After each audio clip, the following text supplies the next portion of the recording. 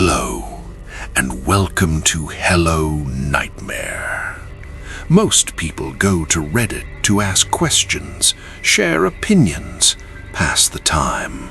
But deep inside Reddit, there are threads that people wish they had never opened. Stories posted in moments of pure desperation.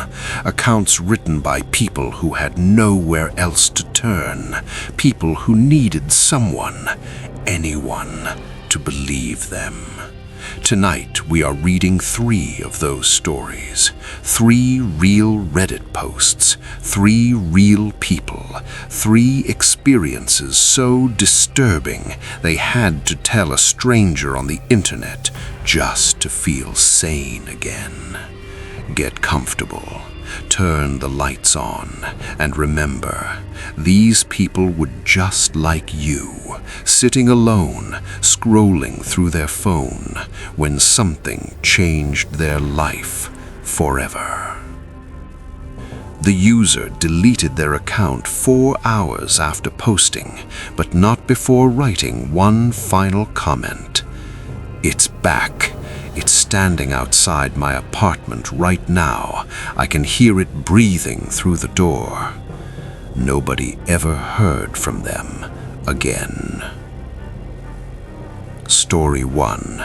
He posted every night for 30 days.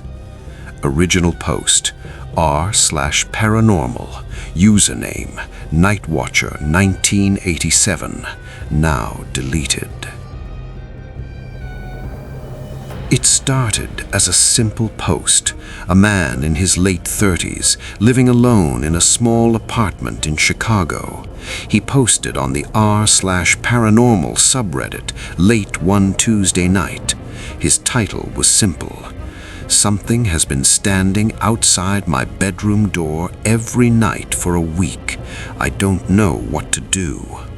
He described waking up every night at exactly 3:17 a.m., not gradually, not slowly, all at once, like a switch. He would open his eyes and immediately feel it, a presence, heavy and cold, just outside his bedroom door.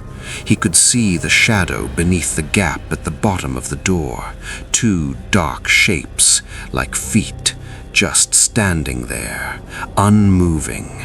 He never opened the door. He said he didn't know why. Some deep animal instinct told him not to.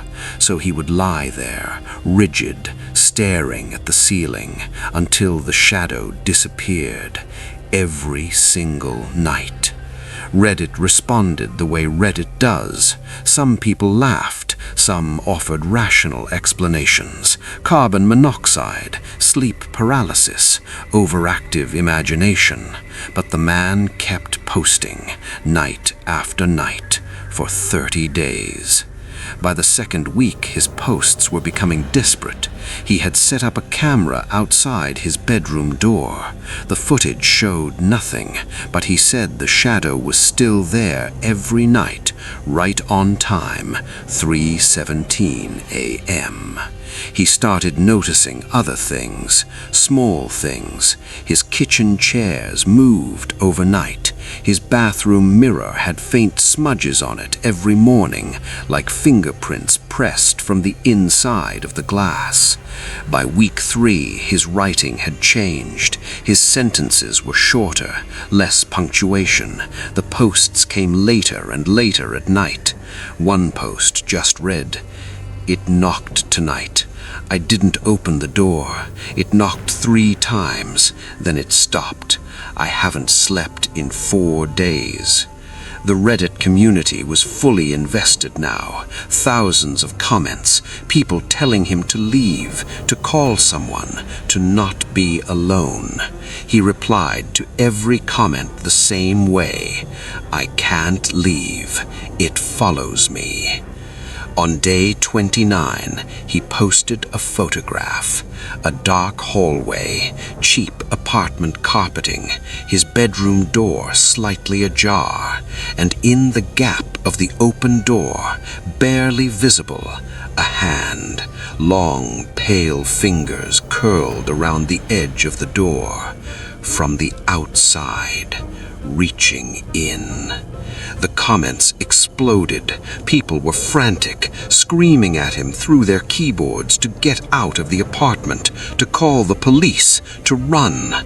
He replied one last time, "I opened the door last night. I don't know why. I finally just opened it. There was nothing there, just the empty hallway, but there was something written on the wall, in my own handwriting. I don't remember writing it." He never posted again after that. Someone from Reddit tracked down his building address through earlier posts and called for a welfare check. Police found the apartment empty. No signs of forced entry, no signs of struggle, just an empty apartment. And written on the hallway wall in black marker, the same sentence, over and over and over, floor to ceiling. I finally let it in. Story 2. My neighbor asked me to check on her. Original post, r/let's not meet. Username, quietfloor4b. This story was posted by a woman named only as Sarah. She lived in an apartment building in Seattle, quiet building, mostly young professionals. She had lived there for 2 years without incident. Her neighbor across the hall was an older woman, 70s, friendly.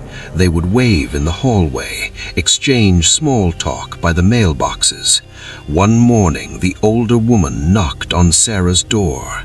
She looked pale, tired, like she hadn't slept.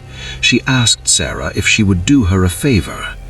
"If I don't answer my door for more than 2 days," the woman said quietly, "I want you to call someone." Sarah assumed it was a medical concern, an older woman living alone. She agreed without question. 3 days later, Sarah noticed she hadn't seen her neighbor. She knocked on the door. No answer. She knocked again. Nothing. She pressed her ear to the door and heard something that made her stomach drop. Humming. Soft and low. A melody she didn't recognize. Slow and rhythmic. But underneath the humming, something else. A second sound, like something wet, dragging slowly across the floor. Sarah called the building manager, then she called 911. Police arrived and broke down the door. What they found inside they never fully disclosed publicly. Sarah only described what she saw from the hallway before officers pushed her back. The apartment was dark, every curtain drawn, every light off. Her neighbor was sitting in the center of the living room floor, cross-legged, eyes open, completely still. She was alive, but she was staring at something in the corner of the room. The corner was empty. She wouldn't look away from it. She wouldn't speak. She wouldn't blink. Paramedics had to physically carry her out because she refused to move her legs, refused to stop staring at that empty corner.